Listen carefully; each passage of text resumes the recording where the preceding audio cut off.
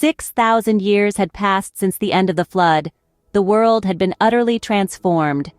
A new dawn emerged from the ashes of the past, casting long shadows of uncertainty, while simultaneously illuminating a path towards an unforeseen future.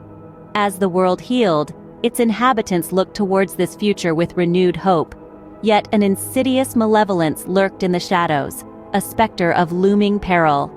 This was Enlil. Enlil was a figure of immense power, burdened by frustration and weariness. The insolence of humanity and the Enkyites gnawed at him, a relentless torment that stirred him to action.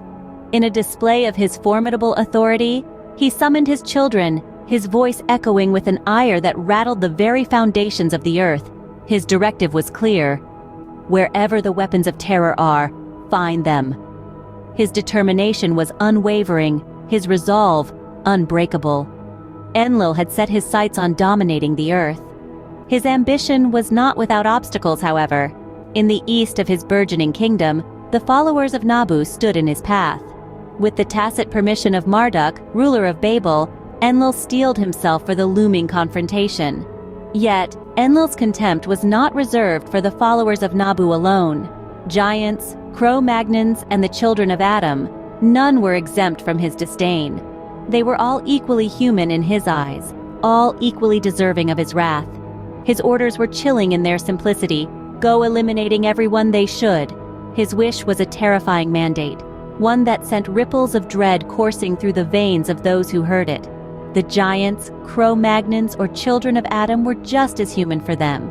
This was the world Enlil envisioned, a world where his will was law, where his orders were carried out without question. Eliminating everyone they should was Enlil's order and wish. Giants and Cro-Magnons lived a different life.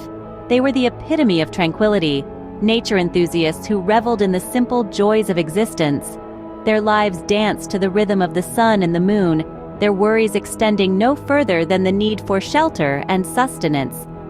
The complexities of human ambition were foreign notions to them, as they had chosen, centuries ago, to live on the fringes where they found their happiness. But their peaceful lives were shattered when the Anunnaki Enlilites launched an unprovoked attack. The giants and Cro-Magnons, who had lived in harmony with these beings, were dumbfounded by the sudden violence. The onslaught was relentless, a storm of death that consumed them day and night. As they fell, they pleaded for mercy, for understanding, for any reason to explain the brutality of the Anunnaki Enlilites.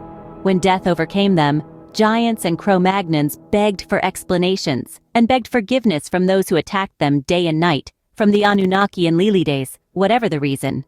With great surprise but joy, they were welcomed by humans. This marked the beginning of an unexpected alliance, as giants and Cro-Magnons sought refuge among humans, their former foes. They were not just accepted, but taught the art of warfare, transforming them into brave and powerful warriors. The once peaceful beings now had a taste for battle, fueling their desire to retaliate against the Anunnaki Enlilites, who had ruthlessly attacked them. The Anunnaki were initially taken aback. They had underestimated their adversaries, assuming that their superior weapons would always tip the scales in their favor. Yet they found themselves losing some battles, unable to comprehend the newfound courage and strength among the humans, giants, and Cro-Magnons. However, the tide of war was about to change. Ninurta, a renowned Anunnaki, decided to employ cunning rather than brute force. He realized that the unity of the humans, giants, and Cro-Magnons was their greatest strength. Divide and conquer, he decided.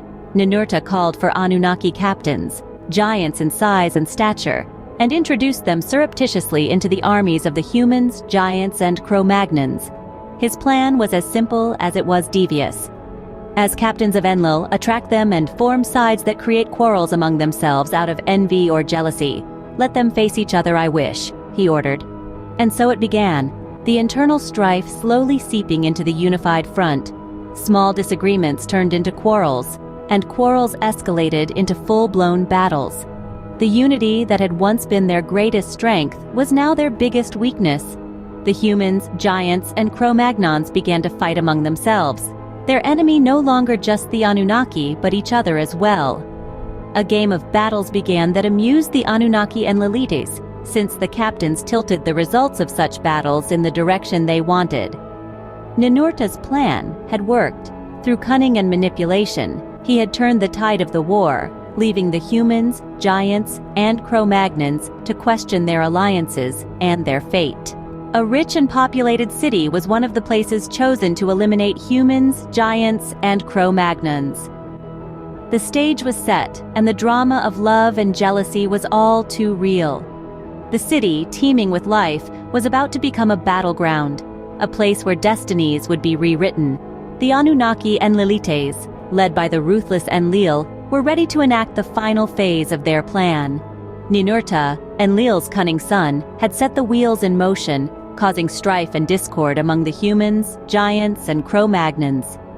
Nergal, Enlil's ambitious nephew, was eager to prove his might, while Inanna, loyal only when it suited her, waited in the wings. The air was thick with tension as the first cries of war echoed through the city, a war that was not of their choosing, yet a war they were forced to fight. As the battle raged on, the bravery of the giants and Cro-Magnons shone through, a beacon of resilience in the face of adversity.